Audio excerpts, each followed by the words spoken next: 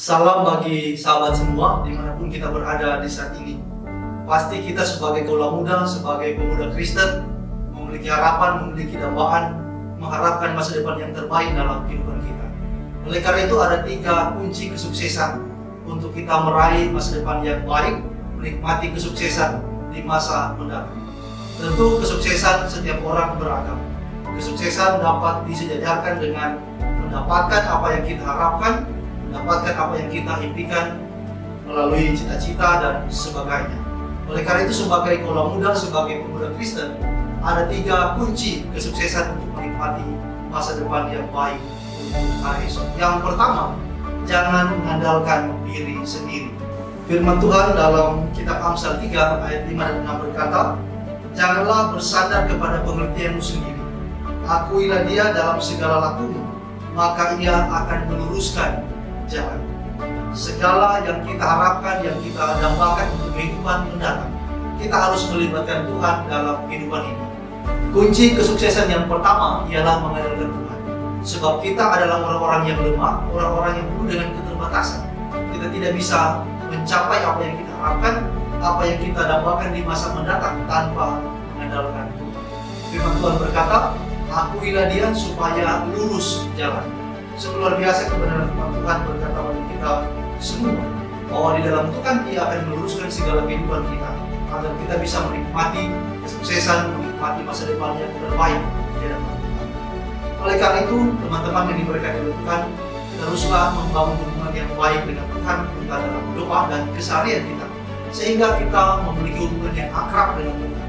Apa yang kita harapkan, apa yang kita impikan di masa mendatang, senantiasa kita libatkan Tuhan di dalam kehidupan kita, dan kita sampaikan kepada Tuhan di dalam doa dan permohonan, sehingga apa yang menjadi harapan kita bisa Ia jawab dan Ia kerjakan dalam kehidupan kita.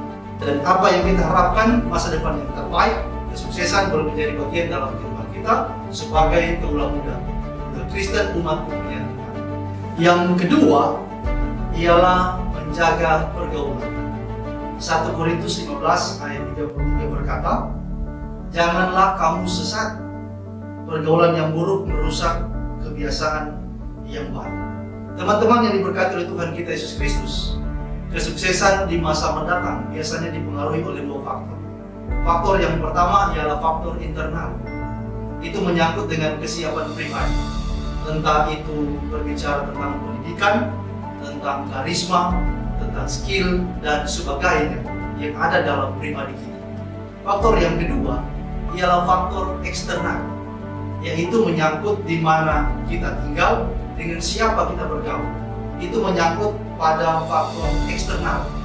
Teman-teman yang diberkati oleh Tuhan kita Yesus Kristus, faktor yang kedua yaitu faktor eksternal perlu kita waspadai. Sebab sepintar-pintarnya kita, sebaik-baiknya kita, bila orang-orang yang ada di sekeliling kita adalah orang-orang yang tidak baik, itu akan mengganggu kehidupan pribadi kita, sehingga kita akan kesulitan untuk menemukan masa depan yang baik, masa depan yang indah ke depan. Lingkungan di mana kita tinggal dan dengan siapa kita bergaul sangat mempengaruhi kehidupan kita. Kalau dulunya orang tidak mengetahui masalah kendaraan, kalau ia bergaul dengan mobil, maka ia bisa mengetahui masalah kendaraan.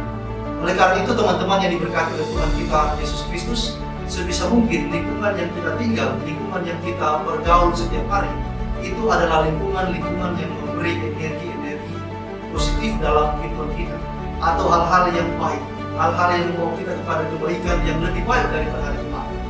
Kalau hari ini kita merasa bahwa kita hidup pada lingkungan yang lebih banyak memberi energi negatif, maka itu perlu ditinggalkan.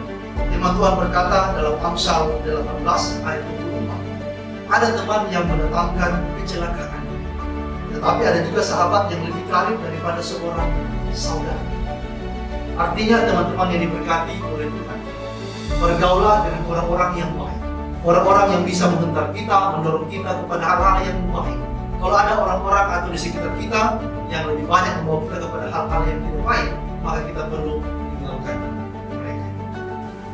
Kunci kesuksesan yang ketiga, teman-teman yang diberkati oleh Tuhan, kita berkata dalam pasal 11 ayatnya yang keempat, firman Tuhan berkata, "Siapa senantiasa memperhatikan angin tidak akan menabur, dan siapa senantiasa melihat awan tidak akan Teman-teman yang diberkati oleh Tuhan kita Yesus Kristus, apa yang kita pikirkan, apa yang kita harapkan tanpa action atau tanpa tindakan, itu sama halnya dengan omong kosong atau tidak berguna. Apa yang kita harapkan, apa yang kita cita-citakan, tentu kita memerlukan action, kita memerlukan tindakan, sehingga apa yang kita harapkan kita bisa menikmati dalam kasih Kristus. Banyak orang kemudian dapat merencanakan banyak hal, bahkan saking banyaknya dan besarnya rencana yang dia pikirkan, dia tidak bisa melakukan apa yang dia harapkan, apa yang dia rencanakan, apa yang dia pikirkan. Oleh karena itu, untuk menggapai kesuksesan, menggapai masa depan di hari mendatang, kita memerlukan action, bukan hanya sekedar pikiran, bukan hanya sekedar hayalan dan lain sebagainya. Tapi apa yang kita pikirkan itu juga yang harus kita lakukan sepanjang perjalanan kehidupan kita sebagai kaula muda. Firman Tuhan dalam kitab Amsal 14 ayat 23 berkata, firman Tuhan ini sungguh luar biasa, sehingga dengan demikian bisa memacu kita untuk lebih berani mengambil tindakan untuk action, agar apa yang kita harapkan, apa yang kita dapatkan di masa mendatang bisa menjadi bagian dalam kehidupan kita. Firman Tuhan berkata, dalam tiap jerih payah ada keuntungan, tapi kata-kata belaka mendatangkan kekurangan saja. Sungguh luar biasa kebenaran firman Tuhan bagi kita semua sebagai kaula muda. Oleh karena itu, jadilah sebagai kaula muda yang bisa berpikir baik, bisa berkata baik, juga dapat melakukan yang apa yang pikirkan. Sebab itu juga adalah penampakan dari iman apa yang kita percaya dalam kehidupan kita, yaitu Tuhan kita Yesus Kristus. Dan Yesus memberkati kita semua. Shalom.